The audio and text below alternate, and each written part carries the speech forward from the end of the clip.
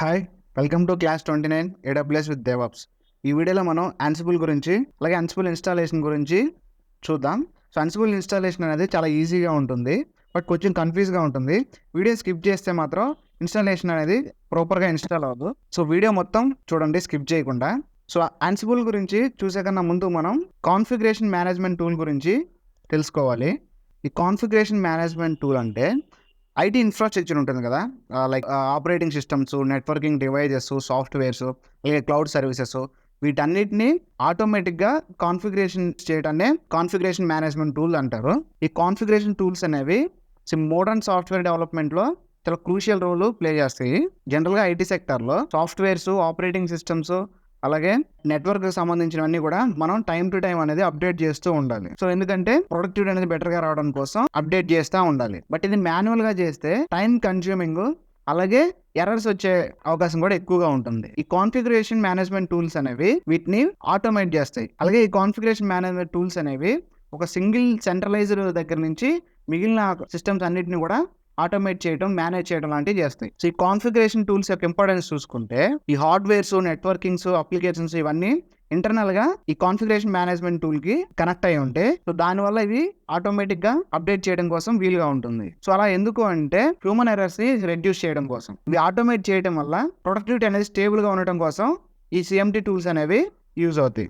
అలాగే ఈ configuration tools అనేవి వెర్షనింగ్ క్యాపబిలిటీని కూడా కలిగి ఉంటాయి. అంటే గిట్‌హబ్‌లో లాగా మన సోర్స్ కోడ్‌ని గాని లేదా మనం చేసిన ప్రాజెక్ట్‌ని ట్రాక్ చేయటం, అలాగే మనకు ఒకవేళ ఆ ప్రాజెక్ట్‌ని రోల్ బ్యాక్ చేసి ప్రీవియస్ వెర్షన్‌కి తీసుకెళ్ళడం ఇవన్నీ కూడా ఈ కాన్ఫిగరేషన్ మేనేజ్మెంట్ టూల్స్ చేస్తాయి. అలాగే ఏవైనా ఎర్రర్ వస్తే ఆటోమేటిక్‌గా ట్రబుల్ షూటింగ్ కూడా చేసుకుంటాయి. ఈ configuration management tools wide range of సిస్టమ్స్‌తో వర్క్ అవుతాయి. అంటే నువ్వు ఒక సెంట్రలైజ్ సిస్టమ్‌కి మనం ఎన్ని నోడ్ సిస్టమ్స్ అయినా సరే కనెక్ట్ చేయొచ్చు. అలాగే ఇందులో సెక్యూరిటీ రూల్స్ కూడా చాలా హైగా ఉంటాయి. సో, మార్కెట్లో ఉన్న కొన్ని కాన్ఫిగరేషన్ టూల్స్ గురించి చూస్తే Ansible, సాల్ట్‌స్టాక్, పప్పెట్, చెఫ్ ఇలా కొన్ని కాన్ఫిగరేషన్ మేనేజ్మెంట్ టూల్స్ అయితే మార్కెట్లో అవైలబుల్‌గా ఉన్నాయి.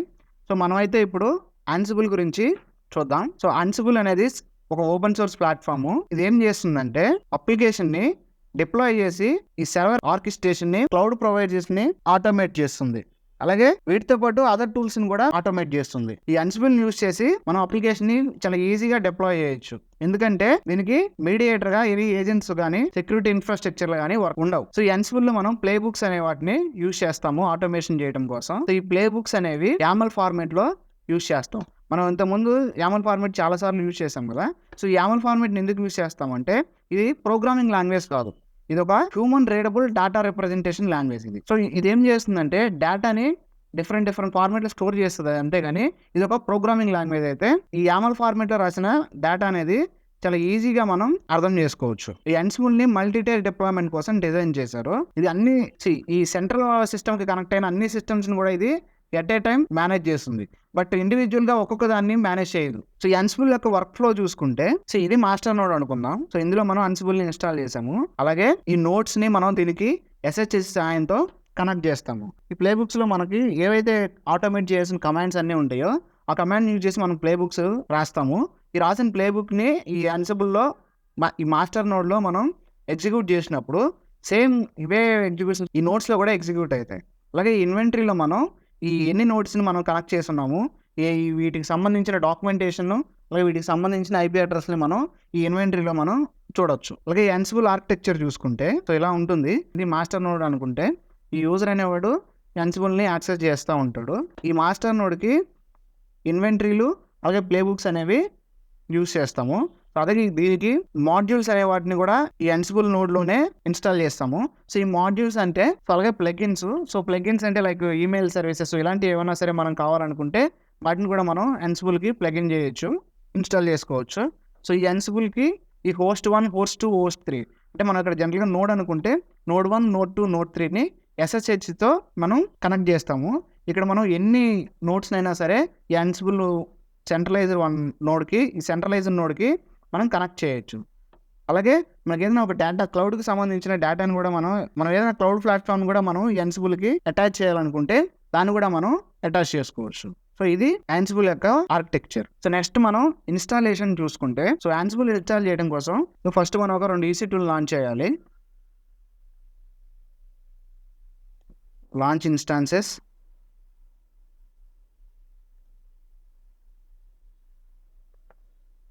So dev iPhone master Ubuntu తీసుకుంటున్నాను. సో ఫ్రీ టైర్,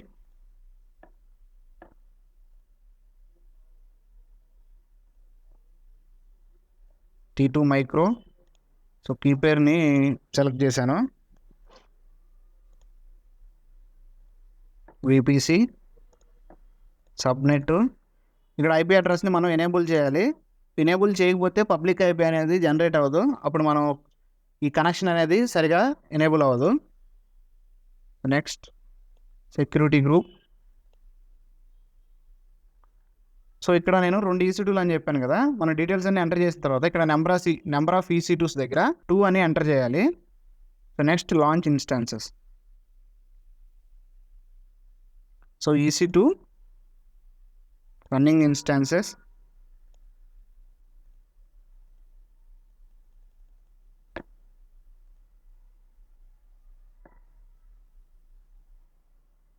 సో మనం ఈ డెవ్ అనే వాటిని మనం లాంచ్ చేసాం కదా, వన్స్ ఈ లాంచ్ అయిన తర్వాత మనం వీటిని నేమ్స్ చేంజ్ చేద్దాం మనకి ఐడెంటిటీ పర్పస్ కోసం. సో ఇవి రన్నింగ్ అయితేనే. సో ఫస్ట్ మనం అక్కడ నేమ్ అయితే చేంజ్ చేద్దాం ఒకదానికి. డెవ్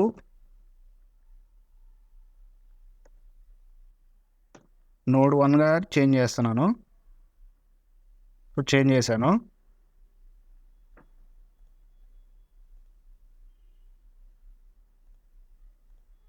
సో రన్నింగ్లో మాత్రమే పెట్టాను. సో ఇక్కడ ఈ రెండింటిని మనం ఇప్పుడు లాంచ్ చేసాము. ఇవి స్టేటస్ చెక్లు ఓకే అయిన తర్వాత మనం వీటిని ఈ EC2లకి కనెక్ట్ అయ్యి మన యాన్సిబుల్ని ఇన్స్టాల్ చేయాలి. సో ఈ స్టేటస్ చెక్లు ఓకే అయినంత వరకు వెయిట్ చేద్దాం.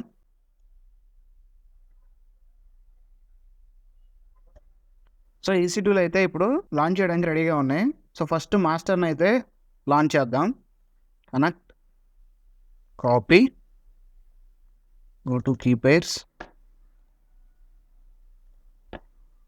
ఓపెన్ git bash here,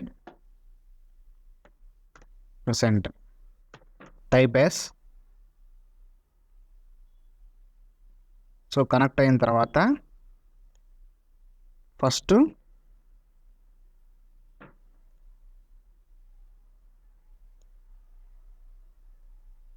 నేను పెద్ద స్క్రీన్ పెట్టుకోండి.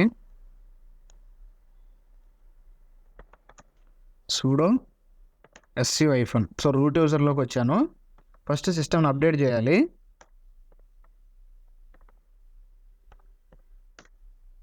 So apt update -y.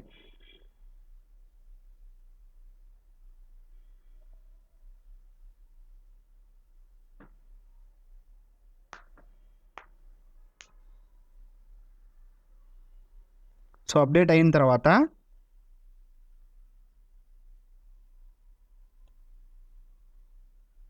So ఈ కమాండ్ యూజ్ చేసి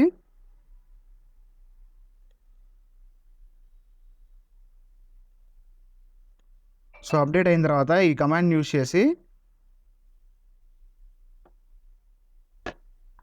సో రిక్వైర్డ్ సాఫ్ట్వేర్ని అయితే మనం ఇన్స్టాల్ చేసుకోవాలి. సో ఇన్స్టాల్ అయిపోయిన తర్వాత ఈ కమాండ్ యూజ్ చేసి యాన్సిబుల్కి సంబంధించిన రిపాజిటరీని మనం యాడ్ చేసుకోవాలి. Press enter.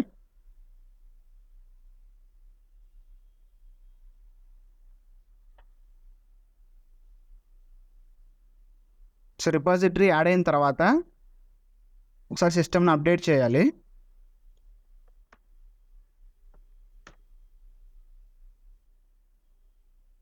సో అప్డేట్ అయిపోయిన తర్వాత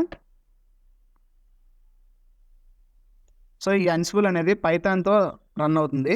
సో లేటెస్ట్ పైథాన్ వర్షన్ అయితే మనం ఇన్స్టాల్ చేసుకోవాలి. సో పైథాన్ ఇన్స్టాల్ చేసిన తర్వాత ఇన్స్టాల్ అయిందా లేదా అని తెలుసుకోవడం కోసం పైథాన్ మనం ఏ వర్షన్ అయితే ఇన్స్టాల్ చేసామో ఆ వర్షను -i అని చెప్పి ఇస్తే ఆ వర్షన్ అనేది వస్తుంది. నెక్స్ట్ యాన్సిబుల్ని ఇన్స్టాల్ చేయాలి.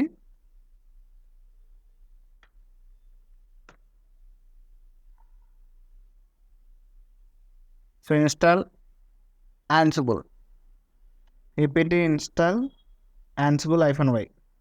సో ఈ కమాండ్తో అయితే మనం యాన్సిబుల్ని ఇన్స్టాల్ చేయాలి. Let's wait. So same steps, ఇవే స్టెప్స్ మనం నోడ్లో కూడా చేయాల్సి ఉంటుంది. వర్కర్ నోడ్లో కూడా మనం చేయాలి. అప్పుడే ఈ రెండు మనకి ఒకదానితో ఒకటి కనెక్ట్ అవుతాయి. వెయిట్.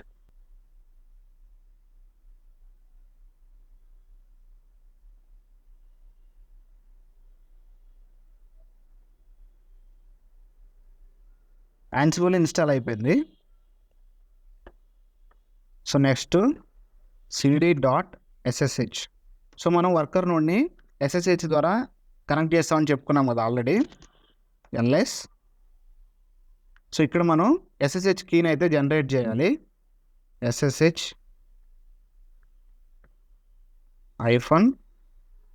-keygen. సో ఈ కమాండ్తో మనం ఇక్కడ ఒక కీని అయితే జనరేట్ చేస్తాము.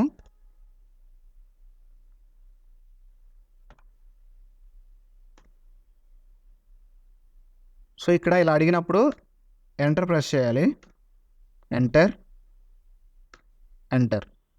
సో ఇలా వచ్చిందాక ఎంటర్ ప్రెస్ చేయాలి. So next ls. సో ఇక్కడ ID_RSA అలాగే ID-RSA పబ్ అని ఉంది కదా. సో ఇది పబ్లిక్ కీ, ఇది ప్రైవేట్ కీ. సో ఇప్పుడు మనం ఈ పబ్లిక్ కీని తీసుకొని నోడ్ 1లో మనం కాన్ఫిగరేషన్ చేసుకుంటే ఈ నోడ్ 1 అనేది ఈ మాస్టర్ నోడ్కి కనెక్ట్ అయిపోతుంది. సో ఈ నోడ్ క్లోజ్ అయిపోకుండా మనం ప్రాసెస్ని రన్ చేద్దాం. So next go to EC2 instance.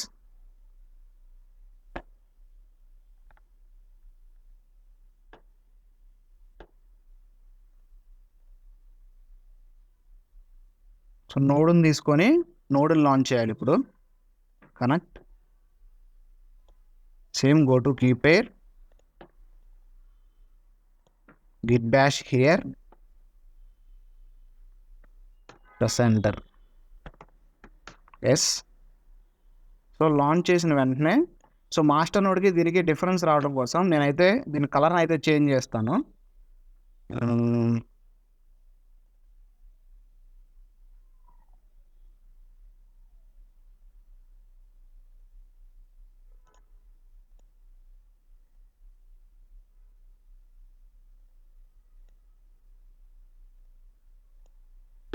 So ఈ వైట్ కలర్లో ఉన్నది, ఈ వైట్ కలర్ బ్యాక్గ్రౌండ్లో ఉన్న టెర్మినల్ ఏమో, ఈ వైట్ కలర్ బ్యాక్గ్రౌండ్లో ఉన్న కన్సోల్ ఏమో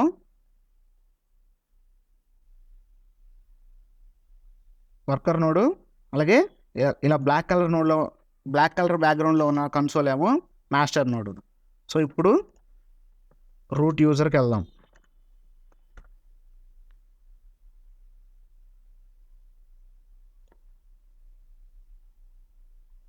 సో ఇది సరిగ్గా కనిపించట్లేదు, మనం వేరే కలర్ తీసుకుందాం. To options, background. Okay. So ఇది వర్కర్ నోడ్ కదా. So apt update -y. So first సిస్టమ్ని అప్డేట్ చేయాలి. సో సిస్టమ్ అప్డేట్ అయిన తర్వాత సేమ్ మనం ఇక్కడ ఏవైతే చేసామో అవే మళ్ళీ మనం చేయాల్సి ఉంటుంది.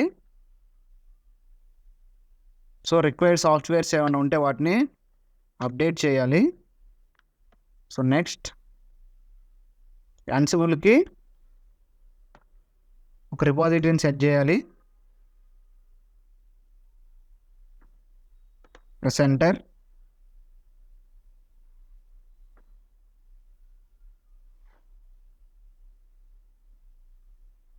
రిపాజిటరీ సెట్ అయిన తర్వాత సిస్టమ్ని మళ్ళీ ఒకసారి అప్డేట్ చేయాలి.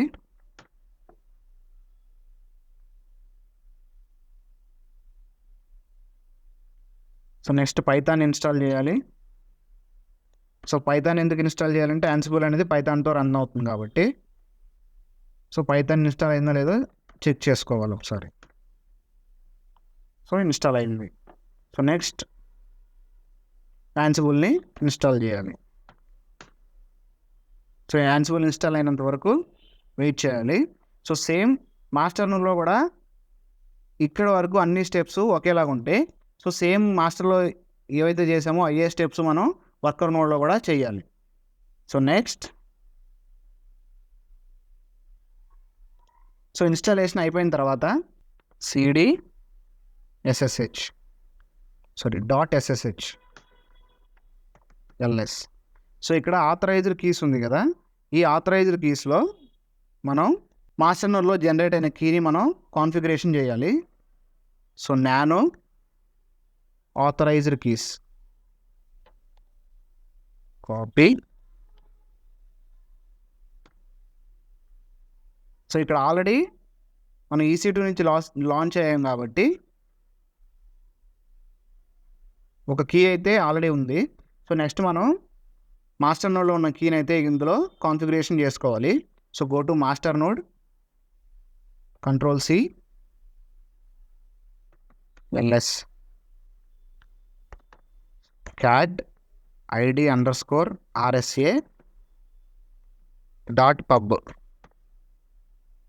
సో ఈ క్యాట్ అనే కమాండ్ ఇచ్చినప్పుడు ఈ ఫైల్లో ఏముందో అది అనేది మనకి చూపిస్తూ ఉంటుంది. సో ఇప్పుడు మనం ఈ SSH వరకు దగ్గర నుంచి ఈ కింద IP అడ్రస్ వరకు మనం ఈ కీని కాపీ చేసుకొని వర్కర్ నోడ్లో ఈ ఆథరైజ్ కీస్ అనే దాంట్లో పేస్ట్ చేయాలి. So Ctrl+S and Ctrl+X. So once paste అయిపోయిన తర్వాత మనం మాస్టర్ నోడ్లో ఇది కాన్ఫిగరేషన్ అయిన తర్వాత మనం ఒకసారి Ansible ఇన్స్టాల్ అయిన రెపాజిటరీ దగ్గరికి మనం వెళ్ళాలి.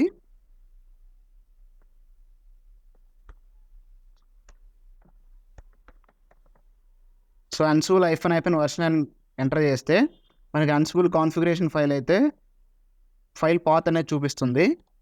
So copy cd/etc/ansible ls. So ఈ హోస్ట్ అని ఉంది కదా, ఇదే ఇన్వెంటరీ ఫైలు. సో దీంట్లో మనం కాన్ఫిగరేషన్ చేసే నోడ్ డీటెయిల్స్ అన్నీ కూడా ఇందులో స్టోర్ అవుతూ ఉంటాయి. సో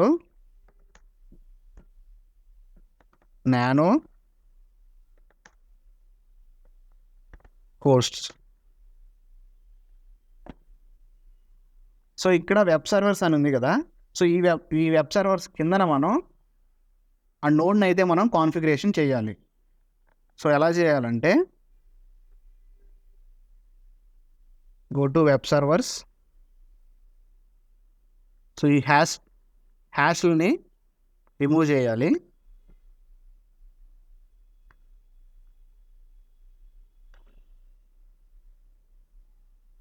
రిమూవ్ చేసిన తర్వాత ఇక్కడ మనం ఎంటర్ చేయాలి.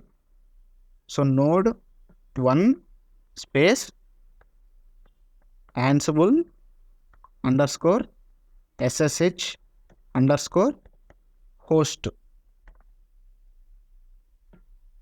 ఈక్వల్ టు ఇక్కడ మనం నోడ్ యొక్క ప్రైవేట్ అడ్రస్ అని ప్రైవేట్ IP అనేది ఇక్కడ ఎంటర్ చేయాలి. So go to AWS account console.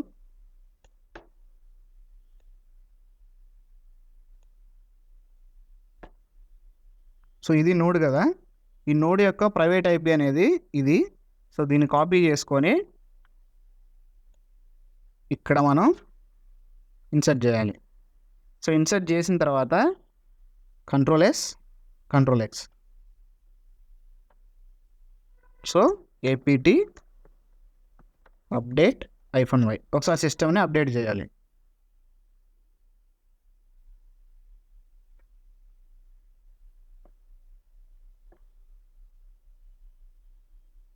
So system update అయిన తర్వాత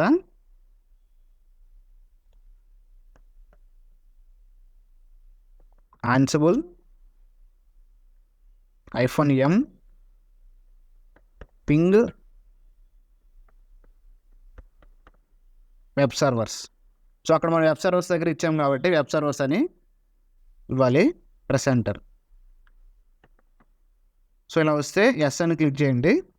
సో ఇప్పుడు మనకి నోడ్ 1 అనేది సక్సెస్ఫుల్గా మాస్టర్ నోడ్కి కాన్ఫిగరేషన్ అయిపోయింది. సో ఈజీగా మనం మాస్టర్ నోడ్కి Ansible వర్కర్ నోడ్ని కాన్ఫిగరేషన్ చేయొచ్చు. సో ఇలా కాన్ఫిగరేషన్ అయిన తర్వాత సో మనం రాసిన ప్లే బుక్ ద్వారా మనం ఎగ్జిక్యూట్ చేస్తాము. సేమ్ అవే ఎగ్జిక్యూషన్ అనేది వర్కర్ నోడ్స్లో కూడా ఎగ్జిక్యూట్ అవుతుంది. సో ఈ వీడియోలో మనం కాన్ఫిగరేషన్ మేనేజ్మెంట్ టూల్ అంటే ఏంటి, అలాగే అన్సిబుల్ అంటే ఏంటి, అన్సిబుల్ని ఎలా ఇన్స్టాల్ చేయాలి, ఎలా వర్కర్ నోడ్ని మాస్టర్ నోడ్ని కాన్ఫిగరేట్ చేయాలో చూసాం. ఈ వీడియోకి ఇంతే. మిగిలిన కాన్సెప్ట్ మనం నెక్స్ట్ వీడియోలో చూద్దాం. సో ఎవరైనా AWS DevOps నేర్చుకోవాలనుకునే వాళ్ళకి ఈ వీడియోని షేర్ చేయండి, అలాగే సబ్స్క్రైబ్ చేయండి, like, share, comment. Thank you.